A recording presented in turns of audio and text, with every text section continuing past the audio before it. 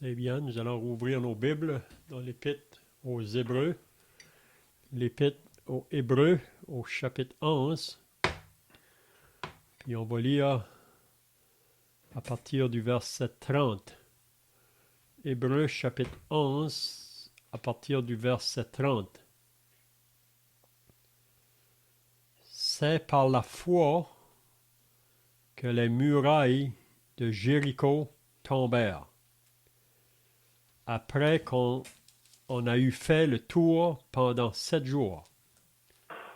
C'est par la foi que Rahab, la prostituée, ne périt pas avec les rebelles, parce qu'elle avait reçu les espions avec bienveillance. Et que dirais-je encore, car le temps me manquerait pour parler de Gédéon, de Barak, de Samson, de Jephthé, de David, de Samuel et des prophètes, qui par la foi vainquirent des royaumes.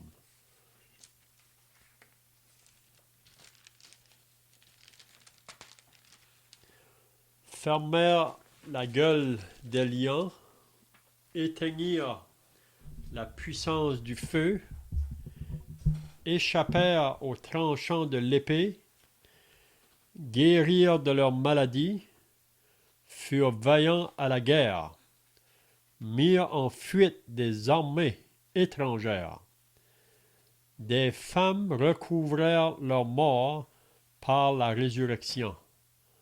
D'autres furent livrés au tourment et n'acceptèrent point de délivrance, afin d'obtenir une meilleure résurrection.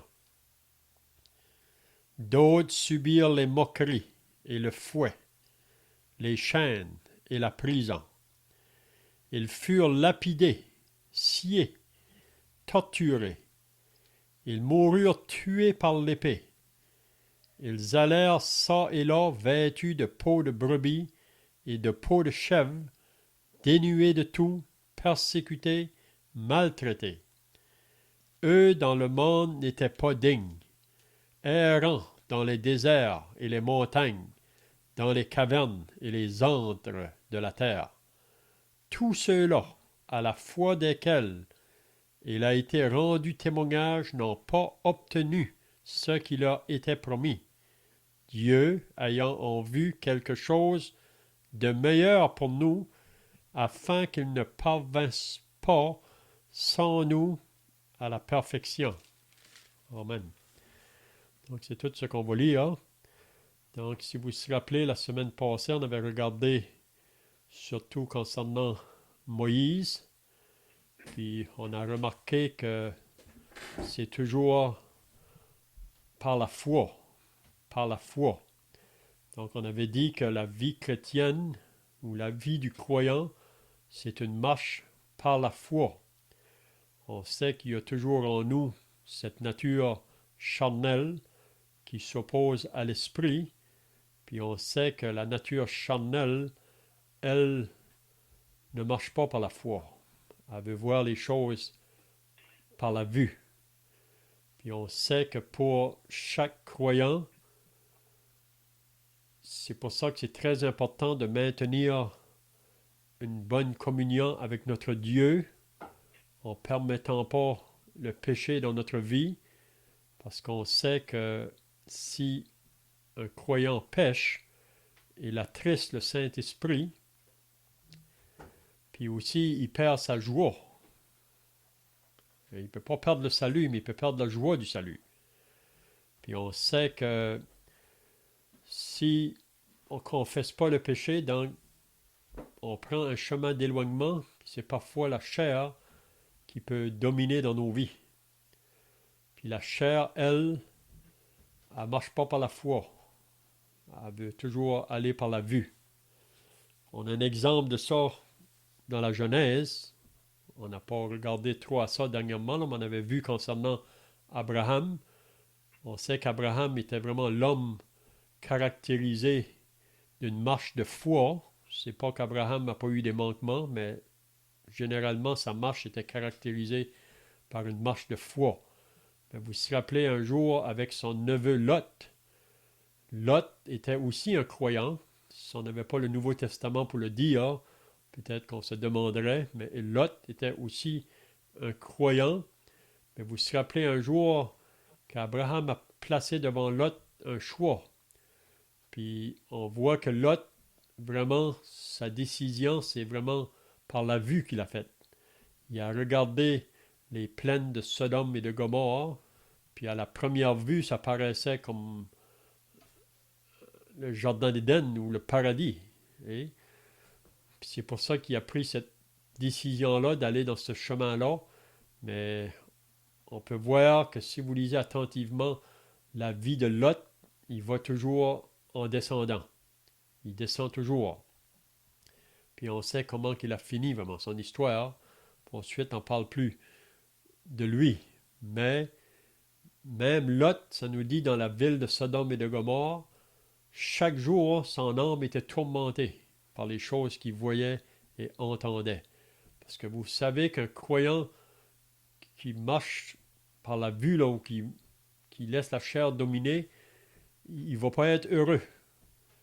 Parce qu'il sait vraiment qu'au-dedans de lui, là, il ne peut pas vraiment participer avec le mal qui se fait autour. Donc, cela le rend misérable, vraiment, d'entendre les choses qu'il voit ou qu'il entend. Donc, ce soir, qu'est-ce qu'on va voir? C'est après que les enfants d'Israël vont entrer dans le pays promis. Donc, la semaine passée, on avait vu au verset 29, c'est par la foi qu'ils traversèrent la mer Rouge comme un lieu sec, tandis que les Égyptiens qui en firent la tentative furent engloutis.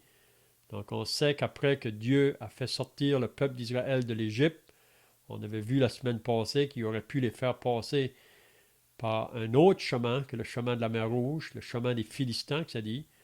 Mais Dieu n'a pas voulu les faire passer par là, parce qu'il savait que ça aurait été peut-être trop une épreuve forte pour le peuple, parce qu'ils ont été obligés de faire la guerre avec ces Philistins.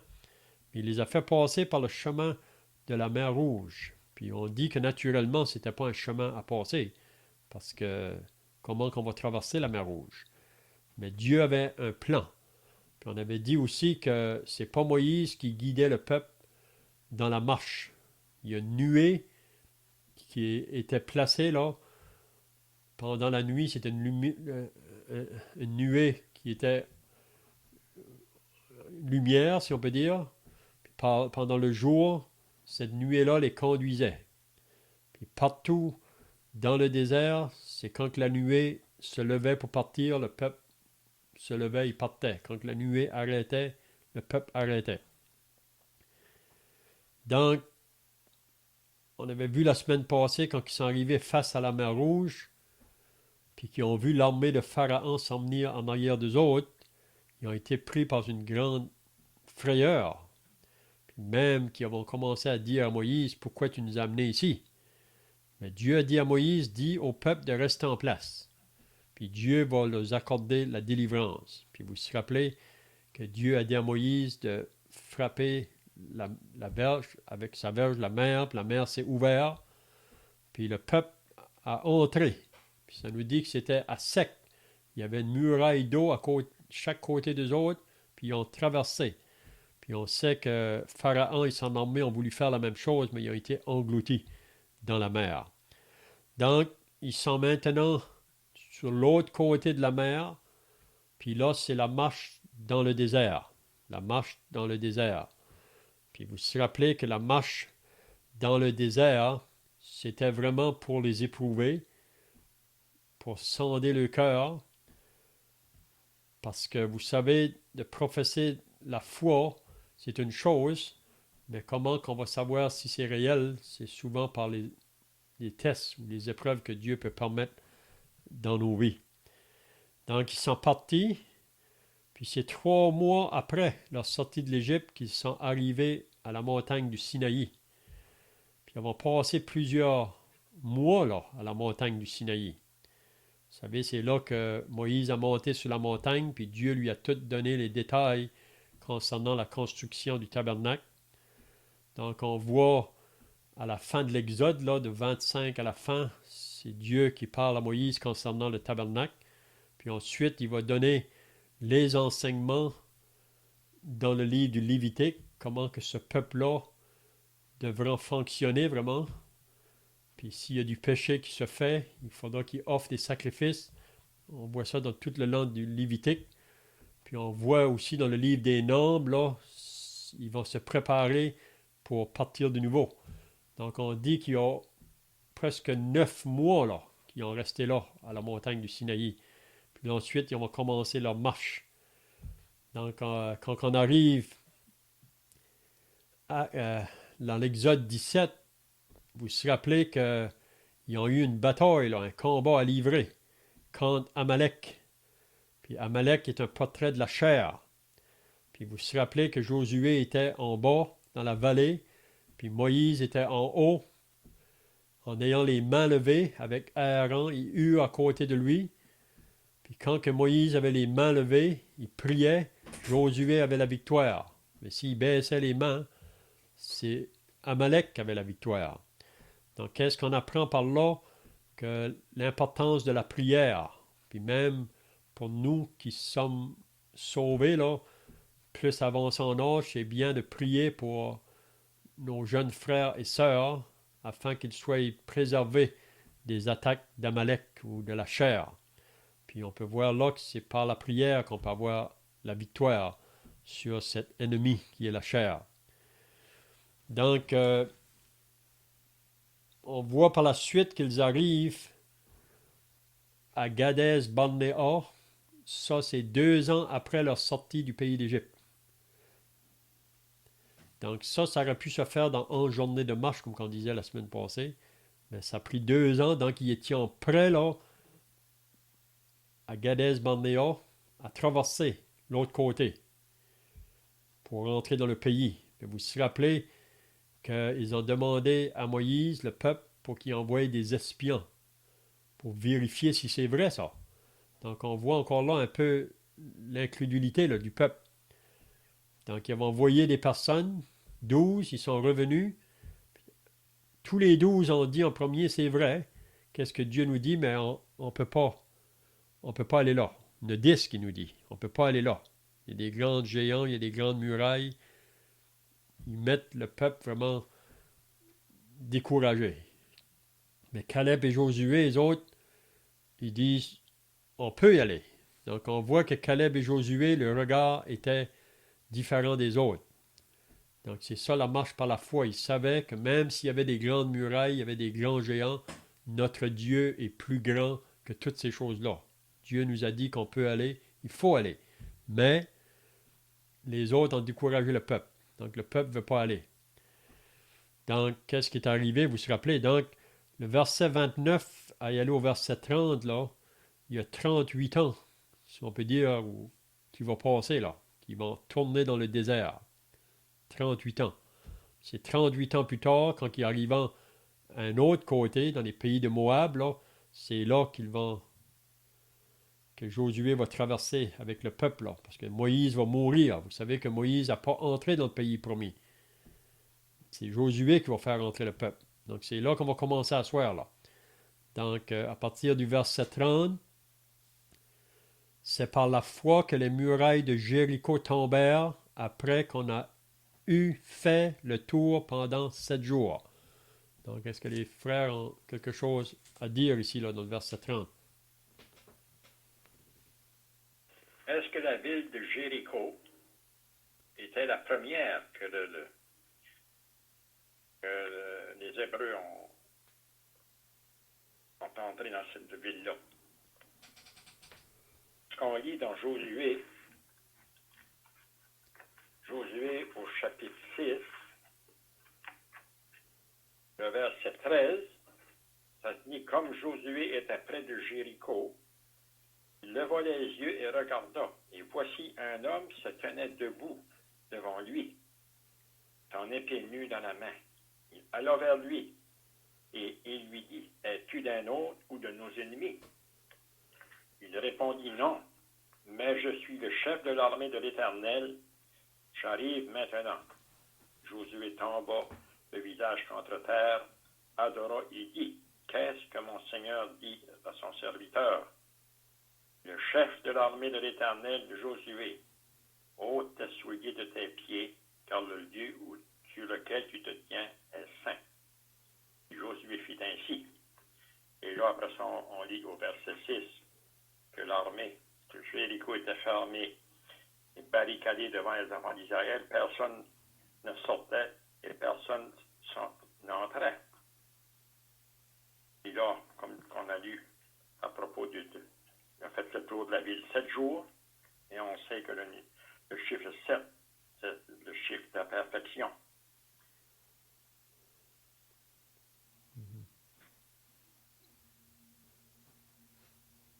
C'est vrai que la ville de Jéricho, c'était la première ville qu'ils avaient à combattre là, dans le pays. Puis on sait que Dieu avait parlé à Josué, même dans le premier chapitre, là, pour lui dire que partout où ils allaient mettre le pied dans le pays, ils allaient avoir les victoires. Mais aussi longtemps qu'ils vont être obéissants à Dieu, qu'ils vont suivre les directions de Dieu. Oui? Donc, ça, c'était la première ville. Une ville qui était barricadée avec une muraille tout autour. Il y avait des grands géants dans cette ville-là. Mais Dieu est plus grand. Donc, ils ont juste à marcher. Mais c'est par la foi qu'ils doivent avancer. C'est pas par la vue. Parce que par la vue, à la vue humaine, c'est impossible vraiment qu'ils peuvent entrer dans cette place-là. Donc, on pourrait dire qu'après qu'on est sauvé, on sait que la mer Rouge, ça peut nous parler aussi du baptême. Mais après qu'on est sauvé, on a aussi des combats à livrer. Puis la première chose qu'on peut dire qu'on est appelé le combat à livrer, c'est avec Jéricho. Mais il faut comprendre qu'on ne peut pas avoir les victoires nous autres mêmes. On a besoin du Seigneur avec nous, comme le frère vient de lire là, celui qui va être avec eux autres dans les batailles là. Donc on peut voir ici que le peuple a obéi à la parole de l'Éternel. Il nous dit que c'est par la foi que les murailles sont tombées. Définitivement, ce n'était pas par la vue, ce n'était pas par leur force, c'était l'Éternel qui a agi. On peut penser, lorsqu'on a commencé à faire le tour, ça s'est écoulé, ça, sur un certain temps. Puis, à chaque jour, ils allaient, faisaient le tour. Donc, ceux qui étaient à l'intérieur pouvaient peut-être avoir une idée de ce qui se passait à l'extérieur. Puis, possiblement qu'ils pouvaient avoir de la moquerie. Parce qu'il n'y a pas une armée qui avait attaqué un autre peuple de cette façon-là. Mais Dieu avait donné les instructions à Josué, et c'était fait exactement comme que l'Éternel l'avait demandé, et les murailles sont tombées. Donc, ils ont fait confiance à l'Éternel, puis il y avait un temps qu'il y avait de la, possiblement qu'il y avait de la moquerie, qu'il pouvait avoir de la moquerie, mais par la foi, ils l'ont fait. Puis, éventuellement, les murailles sont tombées.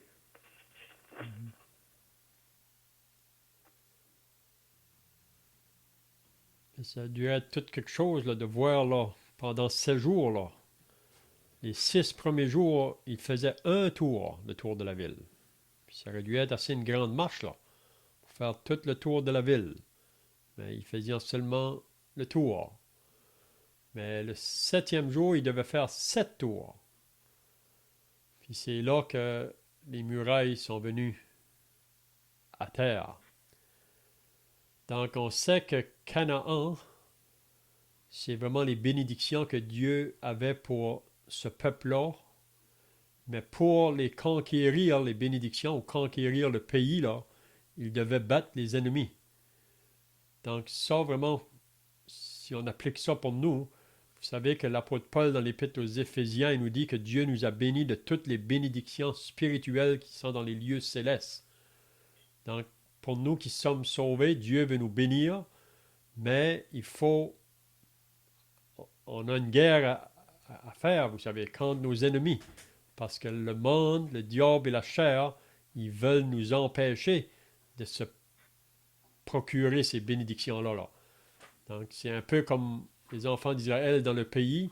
Les ennemis vont essayer de les empêcher de conquérir le pays. Donc, plus qu'ils vont avancer, plus que la bataille va devenir forte, mais Dieu a promis qu'il serait avec eux autres. Donc, je ne sais pas si les frères ont d'autres choses à ajouter là, au verset 30. Sinon, on peut passer au verset 31.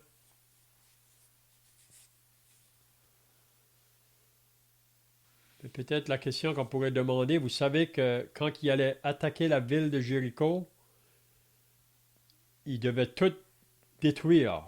Oui? Il y a juste une chose qu'il devait ramasser ou prendre dans la ville. Qu'est-ce que c'était qu'il pouvait prendre?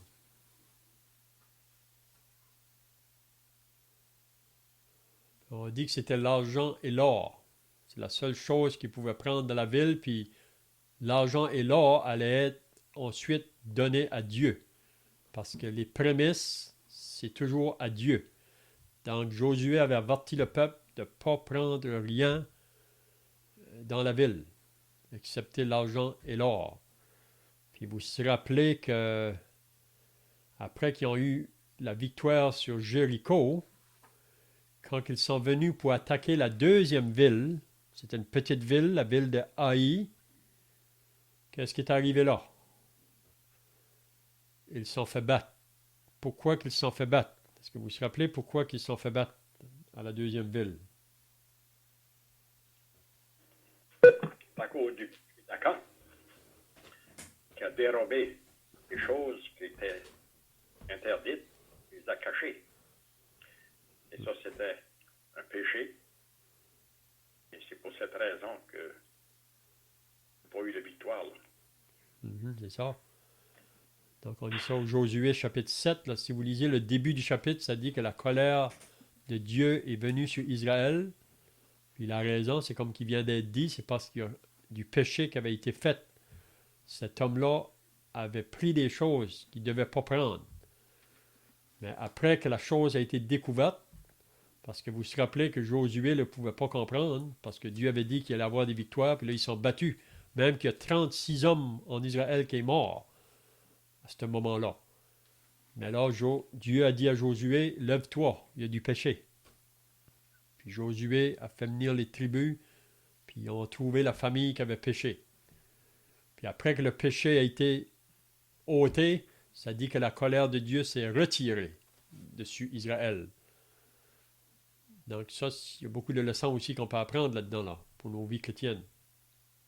C'était pas d'ailleurs un genre de manteau qu'il avait pris?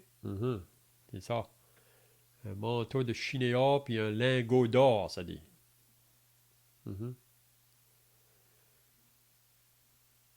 Donc, Akan savait qu'il ne devait pas le prendre. Il avait été averti. Donc, c'est là, quand que la tentation prend place, là, de pouvoir dire non à la tentation. Mais Akan l'a pas fait, ça dit, quand il a confessé son péché, là, il a dit, j'ai vu le manteau de chinéa, lingot d'or, j'ai vu, je l'ai convoité. Donc, ça, c'est aller plus loin. Et on est tenté, mais là, on commence à désirer la chose, plutôt de se détourner. Je l'ai convoité, ensuite il dit, je l'ai pris, puis je l'ai caché. Il avait caché dans sa tente, donc ça ne lui donnait pas grand-chose d'avoir eu fait ça, parce qu'il ne pouvait pas l'utiliser, il devait le cacher. Parce que vous savez, quand on fait le péché, il faut toujours se cacher. C'est un peu comme Adam et Ève dans le jardin. Après qu'ils ont péché, ils ont voulu aller se cacher en arrière des arbres.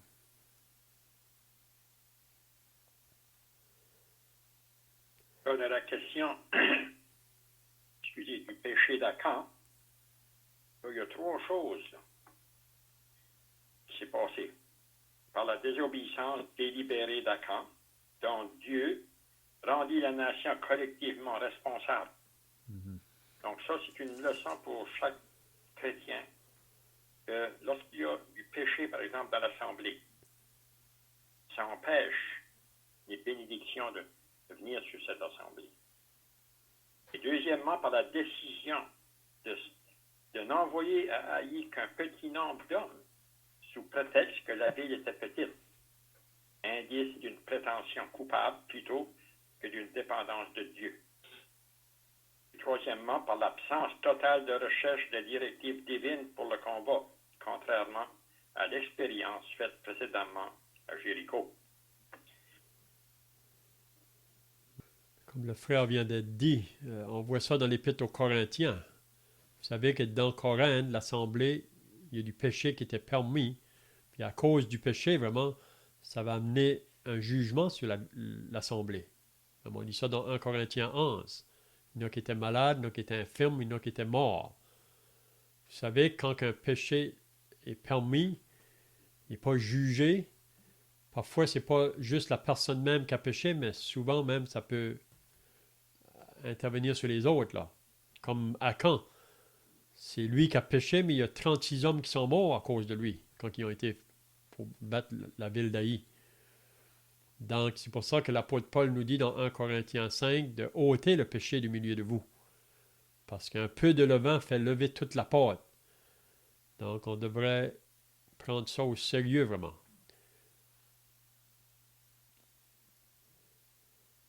Donc, qu'est-ce qu'on peut dire au verset 31? C'est par la foi que Rahab, la prostituée, ne périt pas avec les rebelles parce qu'elle avait reçu les espions avec bienveillance. Donc, qui était cette femme-là, cette prostituée-là?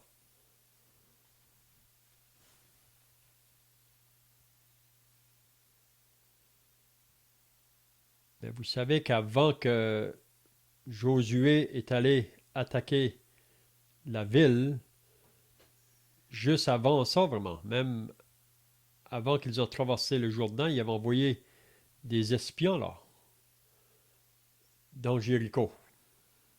On lit ça dans Josué chapitre 2. Ils ont envoyé des espions, puis vous vous rappelez que c'est cette femme-là, Rahab, qui les a cachés dans sa maison. Puis avant qu'ils sont partis de là, cette femme-là a dit à Josué là, que toute la ville était dans la crainte, là, parce qu'il savait que Dieu était avec ce peuple-là, Israël. Puis elle a dit à ces espions-là, là, moi je vais vous protéger, mais quand vous allez venir attaquer la ville, faites-moi un serment que vous allez me protéger, que vous n'allez pas faire mal à ma famille. Puis vous vous rappelez que les espions lui ont dit que si elle ne va pas les divulguer là, ou dire qu'ils sont là, ils avaient dit que quand ils allaient venir, ils ne toucheraient pas à sa famille. Mais elle, qu'est-ce qu'elle devait faire pour, on peut dire, marquer la place où elle demeurait? Elle devait laisser descendre par sa fenêtre un cordon rouge. Un cordon rouge. Puis quand que les enfants d'Israël allaient rentrer dans la ville pour attaquer la ville, ils allaient regarder à ce cordon rouge-là. Puis ils n'allaient pas faire mal à ceux qui allaient être dans sa maison. Puis c'est exactement ça qui est arrivé. Hein? Même avant qu'ils aient été attaqués la ville, Josué avait dit vraiment de prendre soin de cette femme-là. Donc on peut dire le cordon rouge, c'est un portrait aussi du sang. Vous savez, pour elle, Rahab, là, c'est parce qu'elle avait ça sur sa maison qu'elle a été protégée. On avait vu la semaine passée, quand les enfants d'Israël étaient en Égypte, le sang qu'ils avaient mis sur leur pot, puis quand l'ange allait passer, il n'allait pas toucher le premier-né de la famille. Donc, on peut voir encore aujourd'hui qu'est-ce qui nous garde du jugement de Dieu, c'est le sang de Jésus. Je ne sais pas si les frères ont d'autres choses à ajouter ici.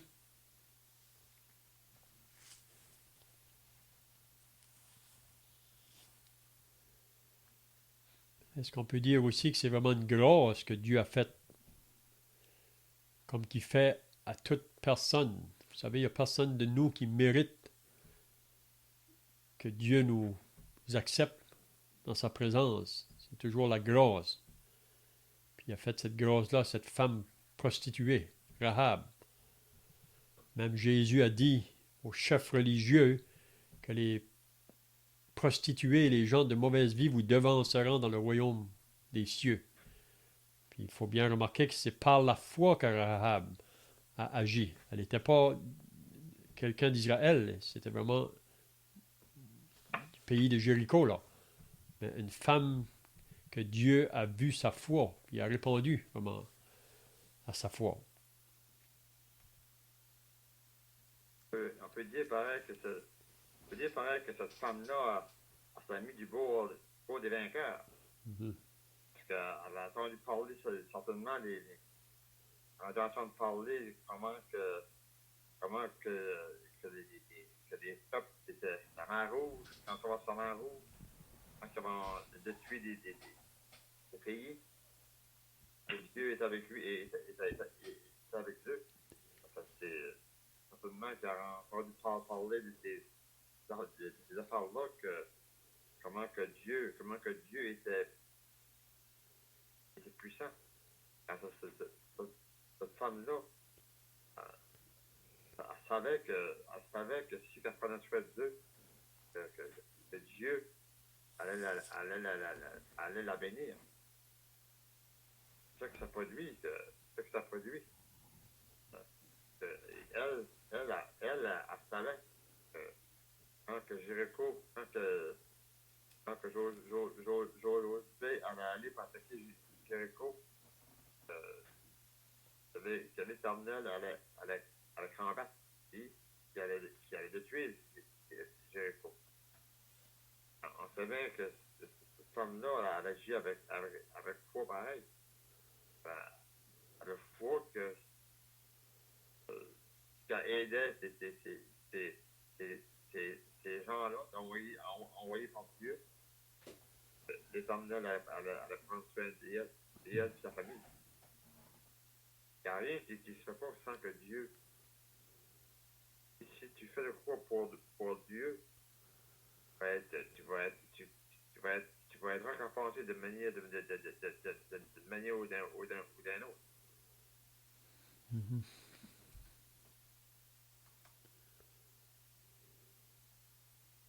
Et aussi qu'elle habitait au milieu d'Israël jusqu'à ce jour. Mhm. Chapitre 6, verset 25. Mhm.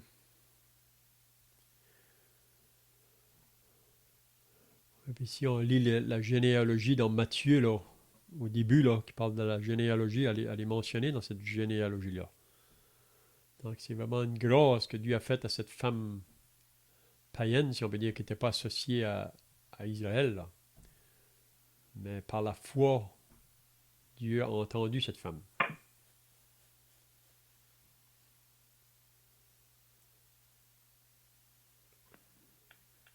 On voit aussi dans l'épître de Jacques, la prostituée ne fut-elle pas également justifiée par les œuvres lorsqu'elle reçut les messagers et qu'elle les fit partir par un autre chemin?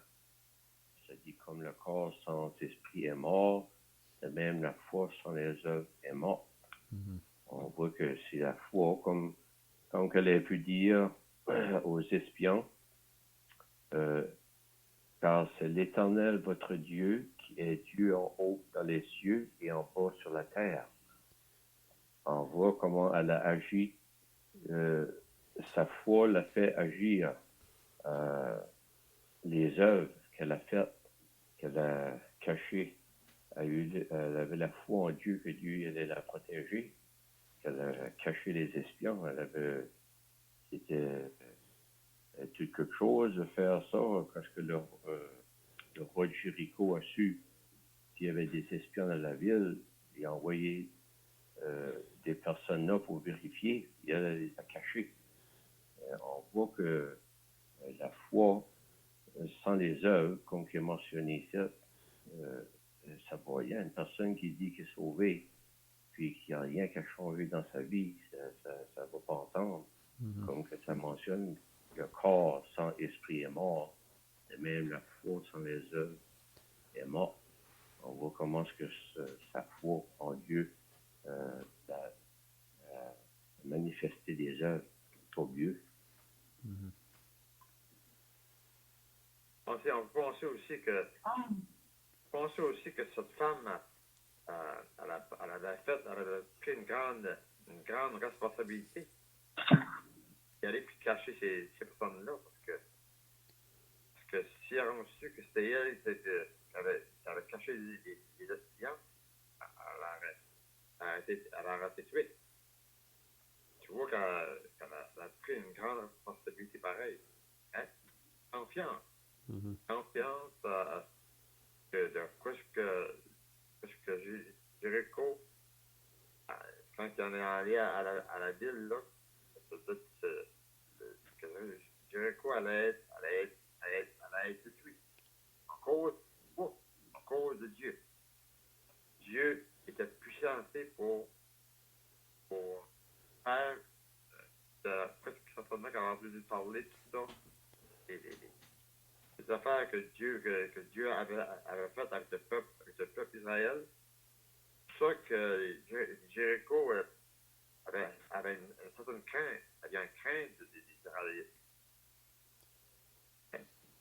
On sait qu'Ariel, c'était on peut dire la foi, pareil, parce que c'est la foi qui t'a poussé à agir de même. Mais la foi en qui? En Dieu.